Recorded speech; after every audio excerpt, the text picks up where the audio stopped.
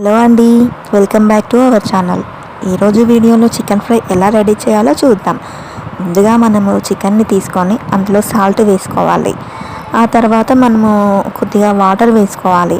ఇలా 1 అవర్ మనం సాల్ట్ వాటర్లో చికెన్ని నానబెట్టుకోవాలి. ఇలా నానబెట్టుకోవడం వల్ల ముక్క అయితే చాలా గట్టిగా టేస్టీగా ఉంటుంది, ముక్క విరిగిపోకుండా. తర్వాత మనం మ్యారినేట్ చేసుకోవాలి. మ్యారినేట్ చేయడం కోసం అయితే జింజర్ గార్లిక్ పేస్ట్ వేసుకున్నాను. ఆ తర్వాతనైతే నేను సరిపడా అంత రెడ్ చిల్లీ పౌడర్ వేసుకున్నాను. తర్వాత మనము ఇంకా కొద్దిగా సాల్ట్ వేసుకోవాలి.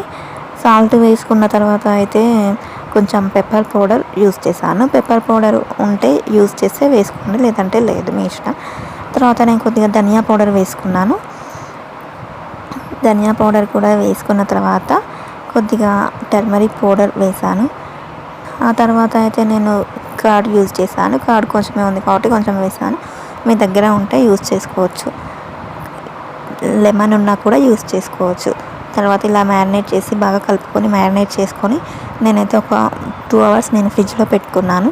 2 అవర్స్ ఫ్రిడ్జ్లో పెట్టిన తర్వాత చికెన్ అయితే తీసి నేను ఫ్రై చేస్తున్నాను. ఇలా కడాయి పెట్టుకొని ఆయిల్ హీట్ అయిన తర్వాత అందులో కొద్దిగా జీలకర్ర వేసుకున్నాను. తర్వాత చిన్నగా కట్ చేసుకున్న ఆనియన్స్ వేసాను.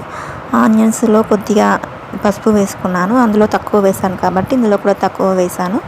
తర్వాత అయితే మ్యారినేటెడ్ చికెన్ అయితే నేను ఈ ఆనియన్స్లో వేసాను. ఇలా వేసుకొని బాగా కొంచెం మిక్స్ చేసుకోవాలి.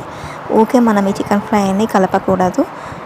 ఇలా మనము మిక్స్ చేసుకున్న తర్వాత అయితే నేను కారం వేసాను. మ్యారినేట్ చేసే టైంలో కారము సరిపడా అంత వేసుకుంటే ఇప్పుడు వేయాల్సిన అవసరం లేదు.